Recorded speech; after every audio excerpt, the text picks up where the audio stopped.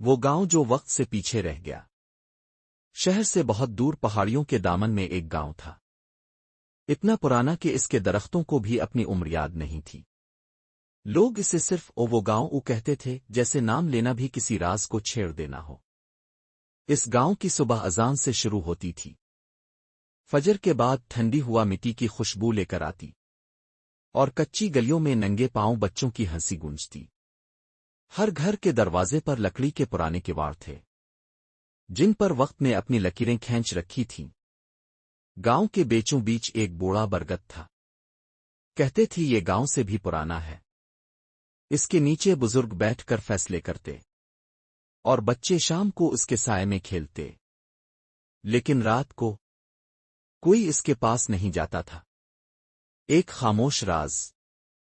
گاؤں میں ایک پرانی حویلی تھی، جس کی کھڑکیاں ہمیشہ بند رہتیں۔ لوگ کہتے تھے وہاں کبھی ایک خوشحال خاندان رہتا تھا، مگر ایک رات کچھ ایسا ہوا کہ صبح صرف خاموشی بچی۔ کسی نے چیخیں سننے، کسی نے چراغ بجھتے دیکھے، اور کسی نے سنا کہ کنویں سے کسی کے رونے کی آواز آ رہی ہے۔ مگر گاؤں کے لوگ جانتے تھے، خاموشی بھی کبھی کبھی سب کچھ بتا دیتی ہے۔ وقت بدلنے لگا، سال گزرتے گئے، نئی نسل شہر جانے لگی، کھیت ویران ہونے لگے، اور گاؤں آہستہ آہستہ بوڑھا ہو گیا۔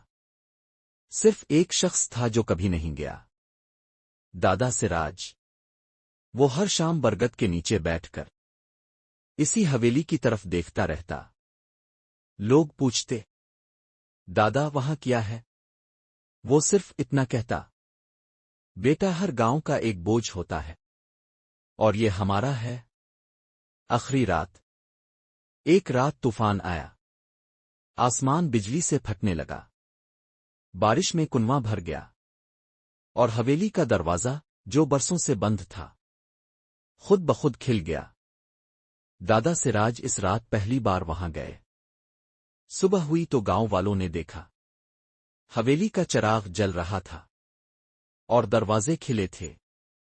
دادا سراج کبھی واپس نہیں آئے، مگر اس دن کے بعد گاؤں میں خوف کم ہو گیا، جیسے کسی نے پرانا قرض چکا دیا ہو۔